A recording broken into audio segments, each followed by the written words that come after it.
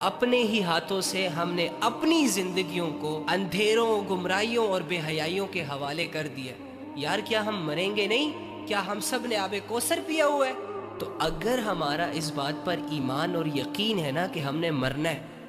اور دوسری جانب پھر یہ یقین ہے کہ مرنے کے بعد دوبارہ زندہ ہونا ہے، اور تیسری جانب اگر یہ یقین ہے کہ اللہ رب العزت نے اپنے سامنے کھڑا کر کے پوچھنا ہے،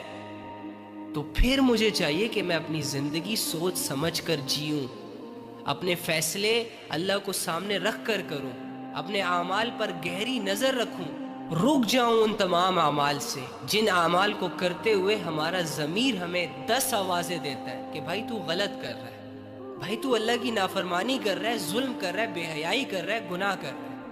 لیکن ہم اپنے ضمیر کو کتنے اچھے طریقے سے چپ کروا لیتے ہیں کہ کچھ نہیں ہوتا، کوئی بات نہیں، اسکوپ چل رہا ہے، دنیا کر رہی ہے، تم بھی کر لو، نہیں ہوگا کچھ، ایٹ ڈرنک اینڈ